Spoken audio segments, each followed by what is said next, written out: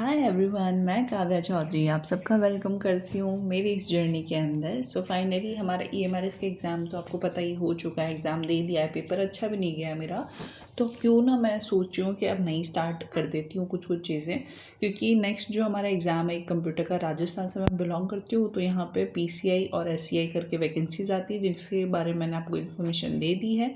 तो वो वाली एग्ज़ाम आने वाली है 22 अगस्त और 23 अगस्त को एग्ज़ाम हमारा होने वाला है। तो मैं उसके लिए ही आज यहाँ पे कुछ कुछ नोट्स वगैरह प्रिपेयर कर रही थी। नोट्स इन द सेंस कि यूट्यूब से फ्री ऐसा कोई कंटेंट या फिर कुछ वैल्यूएबल कंटेंट जहाँ से हम पढ़ सकते हैं और कोई कोचिंग वगैरह ना लेनी पड़े। तो देखो यहाँ पे दो चीज़ें हैं।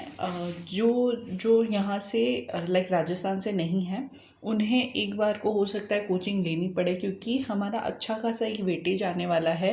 राजस्थान के क्वेश्चंस आने वाले हैं जिसके अंदर, जो कि हिस्ट्री, कल्चर और ज्योग्राफी से रिलेटेड है। तो ये आजकल क्वेश्चंस पैटर्न्स ऐसे आने लग गए हैं कि बहुत ही ज़्यादा डेप्थ में पूछते हैं। जो राजस्थान से मैं हूँ तो मुझे भी वो क्वेश्चंस इतने अच्छे से अटैम्प्ट नहीं कर पाती। तो ऑब्वियसली आप यहाँ से बाहर से हो तो यहाँ की चीज़ें, ज्योग्राफिकल जो चीज़ें होती है वो थोड़ा सा आपको टाइम लगेगा समझने में। तो जो भी राजस्थान के बाहर के हो सकता है उन्हें फर्स्ट टाइम में कोचिंग का सहारा लेना पड़े। तो अगर आपको बेस्ट कोचिंग के बारे में जानना हो या फिर फ्री कंटेंट यूट्यूब पे है नहीं, ऐसी वीडियोस चाहते हो तो आप लोग कमेंट कर देना, मैं उन पर भी वीडियोज़ वगैरह लेके आ जाऊँगी। सो फाइनली आज कुछ कंटेंट वगैरह लिखने के बाद में कि कौन सा टॉपिक मुझे कहाँ से पढ़ना चाहिए, कैसे पढ़ना चाहिए, ये सारी चीज़ें लिखने के बाद में अब मैं आपको कुछ बुक्स वगैरह बताती हूँ जो मेरे पास राजस्थान जीके के लिए बहुत टाइम पहले से पढ़ी है। ये वाली वो बुक है।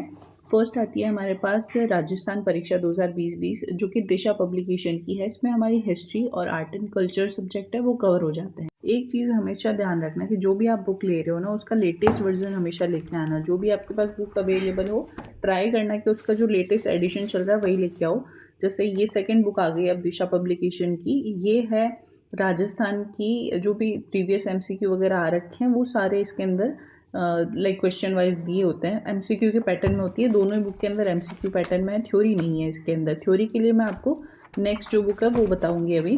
और ये मैंने थोड़ी बहुत पढ़ ली, हालांकि 3-5-6 महीने पहले मैंने ली थी, बट उसके बाद हमारा ईएमआरएस का एग्ज़ाम आ गया और ये कुछ शॉर्ट नोट्स वगैरह मैंने तब बनाए थे। कई बार मैंने इसे पढ़ा नहीं, क्योंकि ईएमआरएस टीयर 1 टीयर 2 करने में ही टाइम चला गया और टीयर 2 का मुझे अब क्लियरली समझ आ रहा है कि अच्छा पेपर नहीं है, तो इसलिए मैं शिफ्ट हो गई हूँ। ये है वो थर्ड बुक, मानचित्रावली इसे हम लोग कहते हैं राजस्थान में।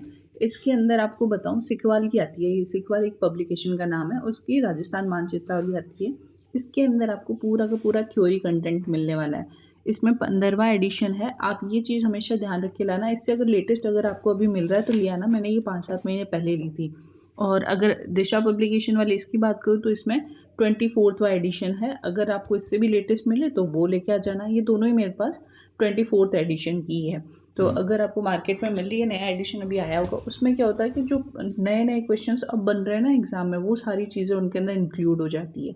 और इन बुक्स की मैं आपको सबसे बेस्ट पार्ट बताऊँ, मैं राजस्थान से लाइक अभी शिफ्ट हुई हूँ तो मुझे इतना नॉलेज नहीं था। जब मैं इन्हें पढ़ने लगी, मैंने स्कूल टाइम में नहीं पढ़ा था, तो जब मैं इन्हें पढ़ने लगी तो मुझे एमसीक्यू के थ्रू थोड़ा इंटरेस्ट आने लगा, इसलिए मैं इन्हें पढ़ती थी।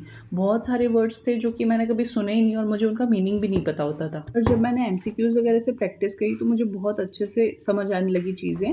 और साथ में मैंने ये मानचित्रावली भी रख ली थी। इसमें क्या होता है, आपको ग्राफ बना के पूरा हमें ज्योग्राफिकल चीज़ें समझाई जाती है। और सेकेंडली इसमें 2 से 3 4 5 पेजों के अंदर आपका एक एक पूरा टॉपिक कवर हो जाता है। तो अगर आप लोग एमसीक्यू प्रैक्टिस करोगे तो उससे आपका इंटरेस्ट डेवलप हो जाएगा। क्वेश्चंस को कैसे कैसे आपको अटैम्प्ट करना, वो सारी चीज़ें आप सीखने लग जाओगे।